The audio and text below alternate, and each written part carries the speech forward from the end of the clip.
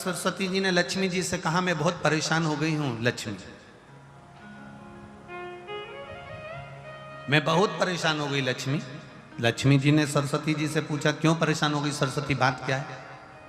परेशान होने का केवल कारण इतना सा है कि मेरा काम है गायन करना, मेरा काम है जनमानस में जिसने बहुत अच्छा काम किया होता है उसका गायन करना, देवता में उसका व्याख्यान वर्णन करना।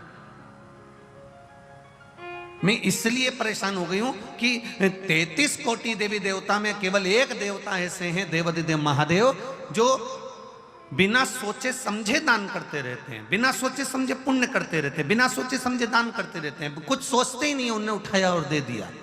इनके दान का मैं व्याख्यान करते करते, इनके दान का वर्णन करते करते, इनके दान का गुणगान करते करते, इनके दान का महत्व कहते कहते कहते कहते मेरा मुख थक गया है। अब मैं करूं तो करूं क्या? इतने में लक्ष्मी जी बोली, जितनी तू परेशान है उससे दुगनी मैं परेशान हूं।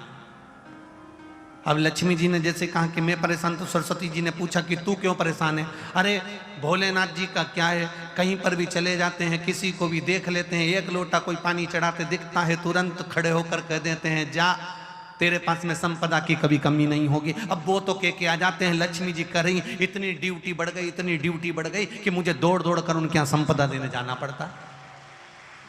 अब मैं भी परेशान हूं। अब ये दोनों परेशान होकर ब्रह्मा जी के पास गए। अब ब्रह्मदेव से कहा, प्रभु, इतने में सरस्वती जी बोली, स्वामी स्वामी स्वामी। स्वामी जी ने कहा, क्या बात है? ब्रह्मदेव बोले, तुम दोनों आज मेरे पास किस लिए आई हो? सरस्वती जी बोली, मैं बहुत परेशान हो गई। लक्ष्मी जी बोली, मैं भी परेशान हो गई। सरस्वती जी बोली, क्यों परेशान हो गई? तो कहा कि शंकर जी का गुणगान गाते गाते, गुणगान गाते गाते, अब कोई आप एक माता ने कल पत्र लिखा था, उस पत्र में लिखा था कि अगर मैं पूरी जिंदगी शंकर का गुण, आपने वो बड़ा पत्र देखा था ना, उस पत्र में लिखा था कि अगर मैं पूरी जिंदगी शिव का गुणगान गाती रहूं कि शंकर जी ने क्या क्या दिया है तो वर्णन नहीं कर सकती। जब इंसान की यह हालत है तो देवताओं की क्या हालत होगी? तो सरस्वती जी ने कहा, मैं गुणगान कर करके थक गई। लक्ष्मी जी करी, मैं दे दे के थक गया। इसलिए ब्रह्मा जी तुरंत उठकर बोले, तुम दोनों से ज्यादा मैं परेशान, तुम दोनों से ज्यादा मैं परेशान हूं। तो इतने में तुरंत लक्ष्मी और सरस्वती जी ने पूछा, तुम कैसे परेशान हो? ब्रह्मा जी बोले, मैंने किसी के भाग्य में लिख दिया कि ये जिंदगी भर ठोकर खाएगा, ये जिंदगी भर रोएगा, ये जिंदगी भर तकलीफ भोगेगा, इसको ये रोग आएगा, इस रोग में ये बीमार होकर समाप्त हो जाएगा। मैंने इसके भाग्य में इतना इतना लिखा, और वो एक लोटा पानी लेके शंकर जी के मंदिर पहुंच गया और शंकर जी ने उसका भाग्य बदल दिया। तो मेरी लिखनी को भी भाग्य को बदल दे रहा है। ये कलयुग में हो क्या रहा है समझ में नहीं आ रहा। ब्रह्मा कह रहे हैं कि मेरी लेखनी को पलट दे रहा है, वो महादेव से मैं भी परेशान हो गया। तीनों मिलकर पार्वती जी के पास पहुंच गए। माता पार्वती जी बैठी थी, तब साधना में मिलीन थी। अब तीनों बैठकर भगवान पार्वती जी के पास पहुंचे। माता पार्वती जी ने पूछा, ब्रह्मा, लक्ष्मी, सरस्वती, आज कैसे आना हुआ?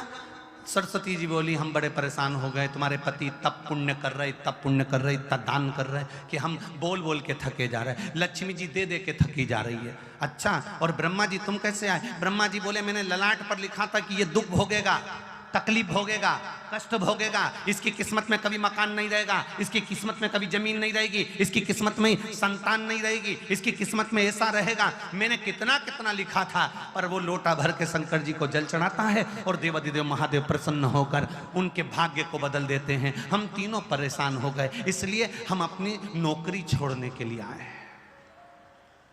हमें अब यहाँ सर्विस करना ही नहीं, जब हमारी चले ही नहीं तो हम करके करेंगे क्या? पार्वती मैया, आप कुछ कहो।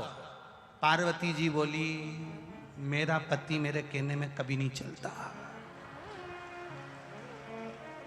मेरे कहने में चले ही नहीं तो मैं बोलूं क्या उसको? वो मेरे कहने में चलते तो मैं कह देती।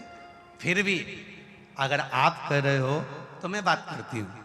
पार्वती जी भी शिव जी के पास गईं। लक्ष्मी, सरस्वती, ब्रह्मा तीनों चारों शिव जी के पास गए। भोलेनाथ जी को एक लोटा जल चढ़ाया। शंकर जी प्रसन्न हो गए। प्रसन्न होते से बोले, मांगो तुम्हें क्या चाहिए?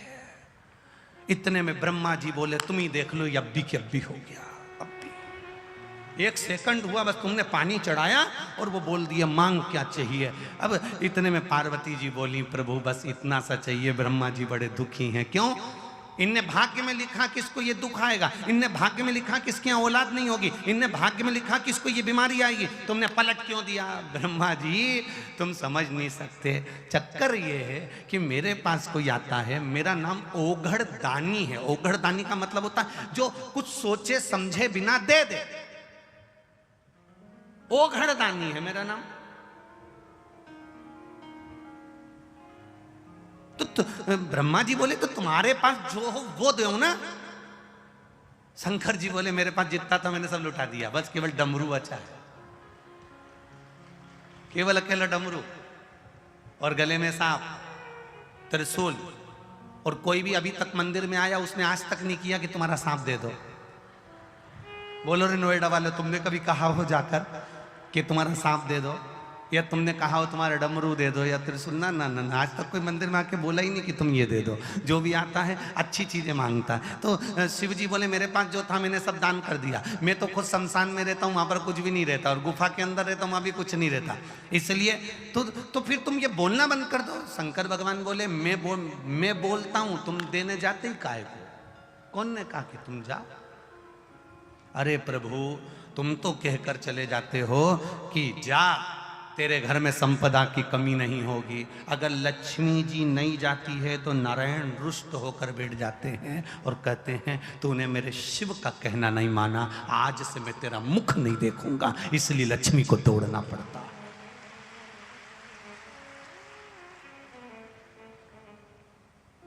देवता भाग्य बना सकते हैं, देवता तुम्हारा भाग्य लिख सकते हैं, देवता भाग्य का लिखा तुम्हारे सम्मुख में ला सकते हैं। केवल भाग्य को बदल सकता है तो वो देवाधिदेव महादेव बदल सकता है। जो रावण को लंका दे सकता है, बाणासुर को हस्त दे सकता है, भस्मासुर को भस्म करने का आशीर्वाद दे सकता है, और एक चोर को कुबेर बना सकता है, वो कोई साधारण नहीं हो सकता है। एक चोटे को जो चोरी करने शंकर के मंदिर गया है उसको कुबेर बना दिया।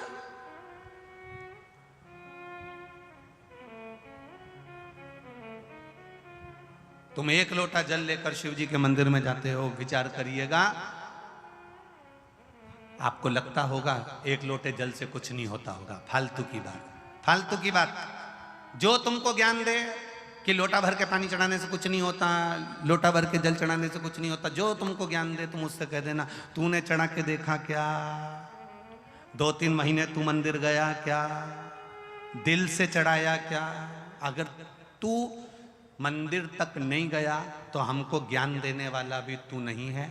हमारी मर्जी, मैं चाहे जो करूं मेरी मर्जी। मैं चाहे मंदिर जाऊं, मैं चाहे झाड़ू लगाऊं, मैं चाहे जल चढ़ाऊं, मैं चाहे पत्ती चढ़ाऊं, मेरी ये ना तो मैंने तुझसे पूछा ना पूछा, क्या है? श्री शिवाय नमस्तुभ्यम, श्री शिवाय नमस्तुभ्यम। क्या है? क्या है? ये तो विद्येश्वर संहिता में लिखा है श्री शिवाय नमस्तुभ्यम। शिव महापुराण की विद्येश्वर संहिता में लिख दिया श्री शिवाय नमस्तुभ्यम। ये तो भगवान शंकर को नमन करना लिखा है कि श्री शिवाय, बोलो बोलो जम के, शिवाय न, ये तो शिव जी को नमन करना लिखा है। ये तो मंत्र है ही नहीं, फिर संसार के लोग इसको क्यों जप रहे हैं? तो उनसे कह दो, तो हम ये कहकर थोड़ी ना जप रहे कि मंत्र है, हम तो श्री शिवाय नमस्तुभ्यम। क्या होगा जपने से? शिव महापुराण की कथा कहती है, विद्येश्वर संहिता कहती है, जिसके मुख से श्री शिवाय नमस्तुभ्यम मंत्र निकलता है, जाप निकलता है, शब्द निकलता है, हजारों पाप भस्म होते हैं। और उसके मुख का दर्शन अगर कोई कर लेता है तो अश्वमेध यज्ञ का पुण्य आ जाता है। केवल मुख का दर्शन कर लेने से, श्री शिवाय नमस्तुभ्यम बोलने वाले का मुख का दर्शन कर लेने से एक आना। इसलिए आपसे कहा था किसी शिवालय में जाएं, जल चढ़ाने के लिए जाएं, आपको डरना नहीं है।